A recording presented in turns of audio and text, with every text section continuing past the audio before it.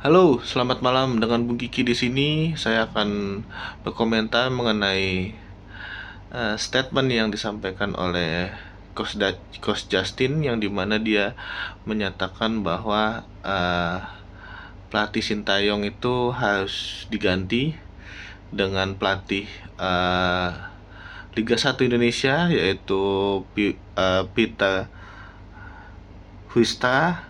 Kalau kita melihat rekam jejak dia di Indonesia sudah cukup lama, kita beranjak waktu pengalaman dia waktu selama di Belanda, di mana dia pernah menjadi asisten pelatih timnas Belanda U17 pada tahun 2000. Terus juga melatih Groningen U19 pada tahun 2001.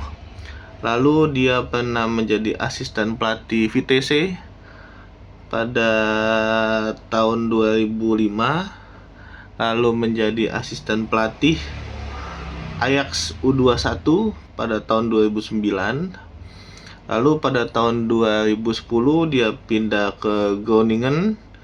Dia saat itu menjadi pelatih kepala pada tahun 2010, lalu pindah ke The Graaf Cup pada tahun 2012. Lalu setelah itu dia pergi ke Indonesia. Dia mulai berkecimpung di Liga Indonesia. Dimulai dia menjadi Dirtek PSSI pada tahun 2014 sampai tahun 2015. Lalu dia menjadi pelatih interim Indonesia tahun 2015 dari 7 Mei tahun 2015 sampai 10 Desember 2015. Lalu menjadi pelatih kepala. Lalu keluar dari Indonesia, dia melatih Iwaki FC dari tahun 2016, ada 13 Januari 2016 hingga 31 Desember 2016. Lalu dia pindah ke AS Trensin sebagai konsultan dari tahun 2017, lebih tepatnya 30 Maret 2017 hingga 30 Juni 2017. Lalu dia menjadi asisten pelatih Pak Hator, asisten pelatih dari tahun 2017 hingga tahun 2021. Lalu menjadi pelatih kepala Patakor dari tahun 2021 hingga 2002, dan sekarang dia menjadi pelatih kepala di Borneo FC dari tahun 2023. Nah, dia selama di Liga 1 dia sudah menjalani 17 kali pertandingan, 7 kali menang, 5 kali seri, 5 kali kalah. Formasi yang biasa dia gunakan itu 4-3-3. Nah, menarik untuk kita bahas apa yang disampaikan oleh Coach Justin. Dia lebih pendekatannya karena timnas Indonesia pemain diasporanya lebih banyak dari Belanda. Jadi menurut dia, dengan adanya pelatih Belanda dengan harganya murah, mampu membuat chemistry dengan para pemain diaspora. Kalau menurut saya pribadi itu tidak sepenuhnya salah dan tidak sepenuhnya benar. Tapi kalau saya melihat bahwa chemistry yang sudah dibangun dengan para pemain oleh Sintayong itu sudah cukup lama, sudah cukup nyetel dengan para pemain. Apabila diganti, itu akan butuh waktu lagi, butuh penyesuaian lagi. Ditambah lagi dengan adanya pelatih baru ini pasti akan mengubah game plan yang sudah dijalankan oleh Sintayong. Sedangkan Sintayong ini sudah membangun sejak 5 tahun ke belakang ini gitu. Nah, menurut saya juga apa yang dijalankan oleh Sintayong selama 5 tahun ini cukup berhasil, tidak tidak tidak begitu buruk. Dia sudah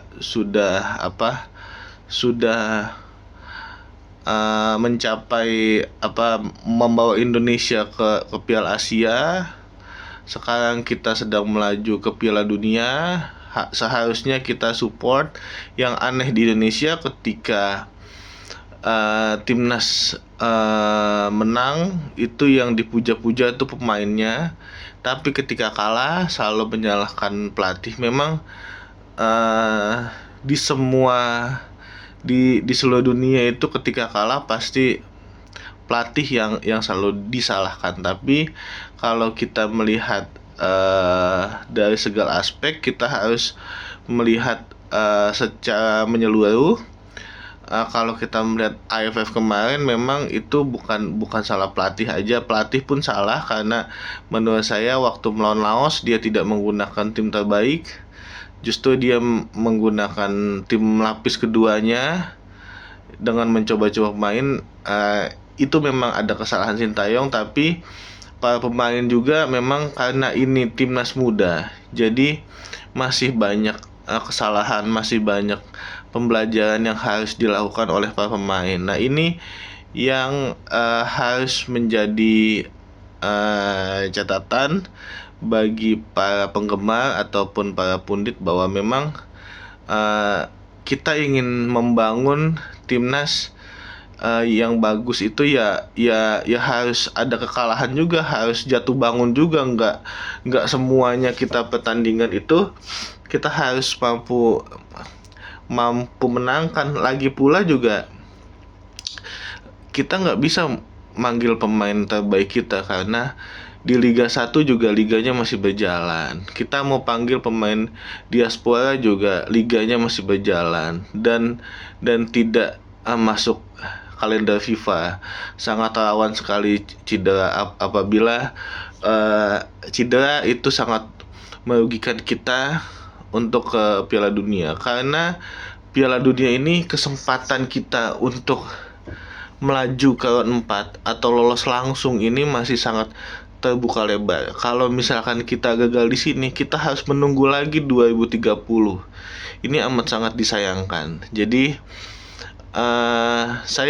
menurut saya itu masih pelatih yang terbaik untuk saat ini tetap Sintayong. Dengan segala macam evaluasinya, kita harus tetap memberikan masukan, kritik kepada Sintayong agar dia bisa tetap berkembang, dia bisa mengetahui kesalahan-kesalahan, karena manusia itu tidak ada yang sempurna. Kita harus tetap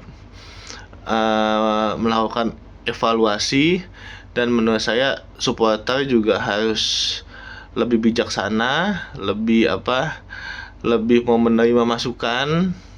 Memang kita pendukung timnas Indonesia yang setia, tapi jangan sampai kita terpengaruh oleh oknum-oknum yang berusaha memancing supaya supporter timnas Indonesia terbelah.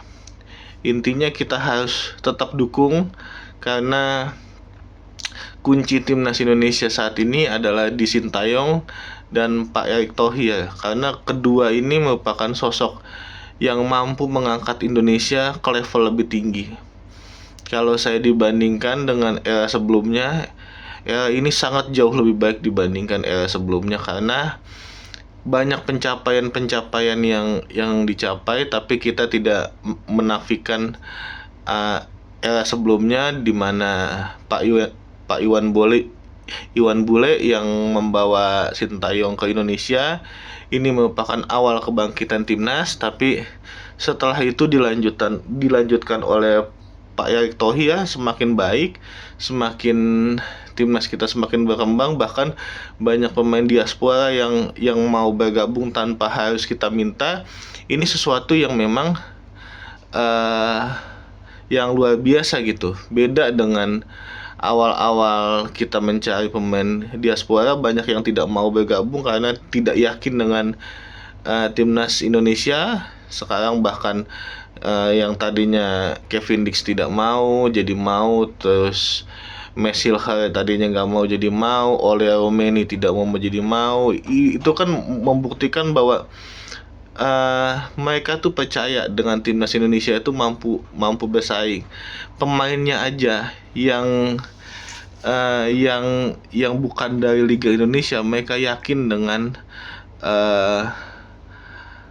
timnas Indonesia saat ini yang sudah berkembang. Masa kita sebagai penikmat sepak bola tidak yakin dengan apa yang dikerjakan oleh Sintayong, oleh Pak Erick Thohir? Intinya kita selalu percaya, kita selalu mendukung, jangan sampai timnas kita kehilangan fokus dan